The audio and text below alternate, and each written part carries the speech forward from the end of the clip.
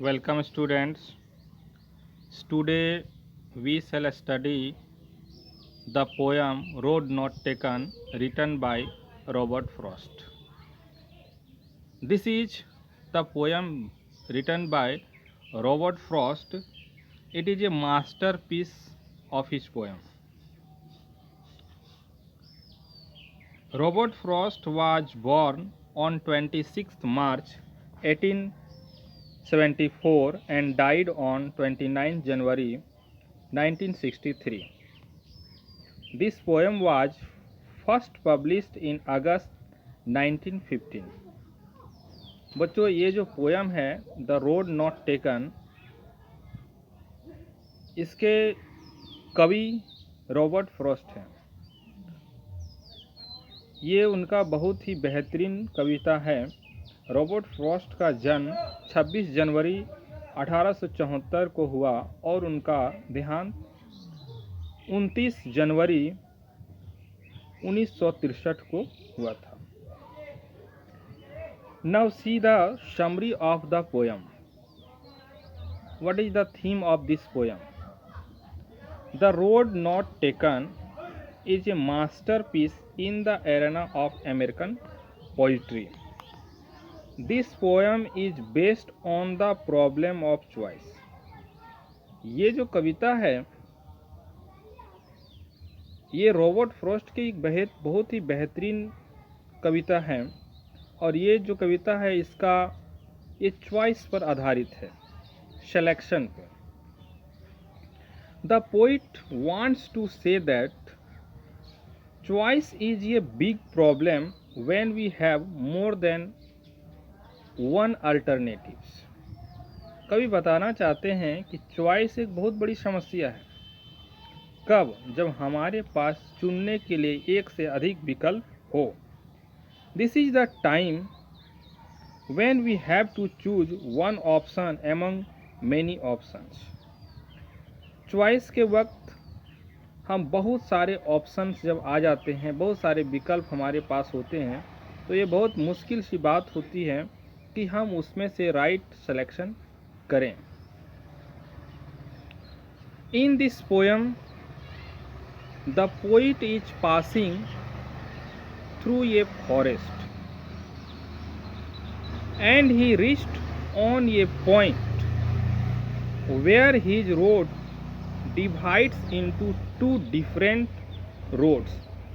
The poet starts thinking what road he should choose, so he thinks of both roads one by one. इस poem में कवि एक जंगल से होके गुजर रहे हैं। रास्ता उनका आगे जाने के बाद दो अलग अलग रास्ते में बढ़ जाता है। इस वक्त वो बहुत ही परेशान है कि चलने वाला मैं अकेला हूँ और हमारे पास चॉइस दो है, तो मैं कौन सा रोड को चुनूँ। He finds that one road is travelled by more people where the other is less travelled.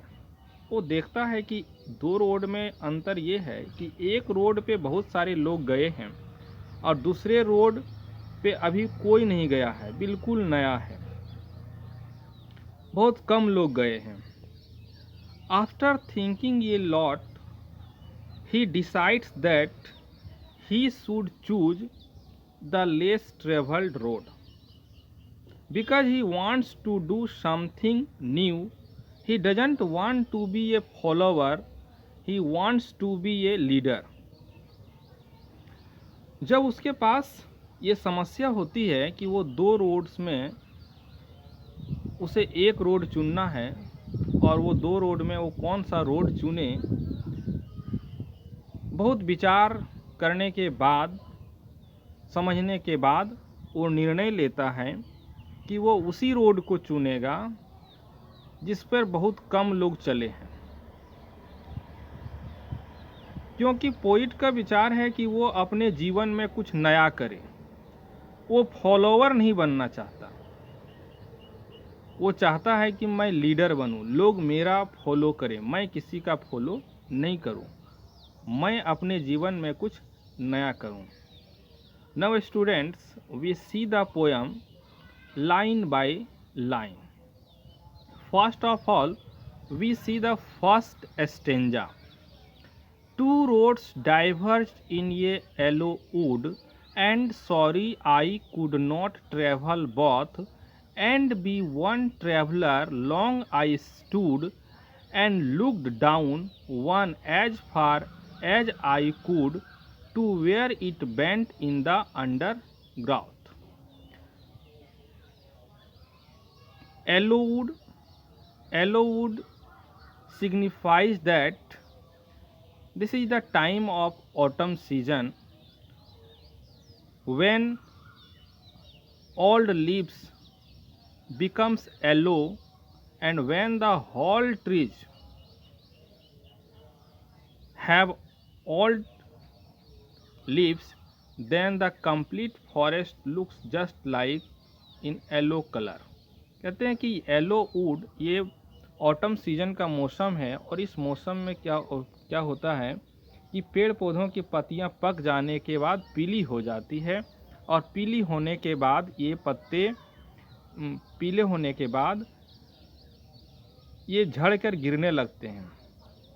और अगर जंगल के सारे पेड़ की पत्तियां अगर पीली हो जाए तो फॉरेस्ट ही येलो लगेगा, इसलिए पोइट ने इसे येलो वुड से इंडिकेट किए हैं।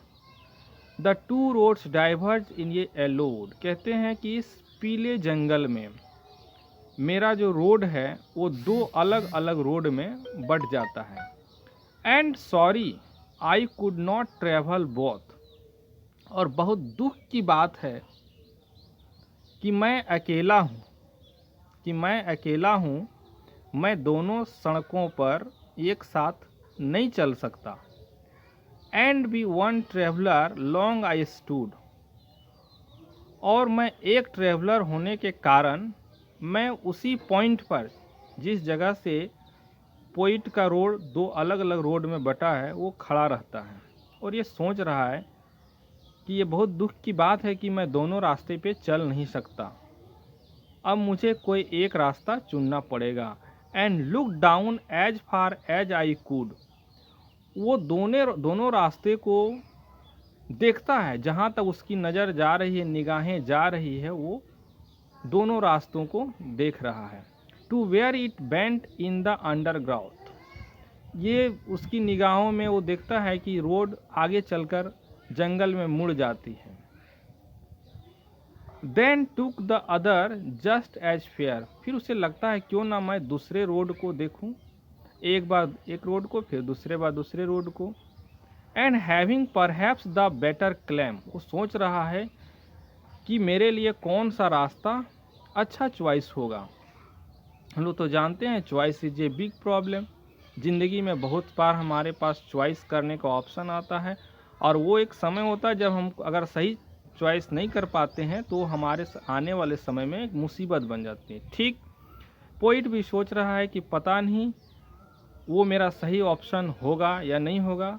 Because it was grassy and wanted wear, वो देखता है कि एक रोड बहुत ही घास से हरा भरा है और अभी तक उस पर कोई चला नहीं है। Wanted wear means has not been used, अभी तक इसका कोई इस्तेमाल नहीं किया है। Though as for that the passing there, चाह रहा है कि इससे कोई पास हो। Had worn them really about the same, and both that morning equally lay in lips no step had trodden black.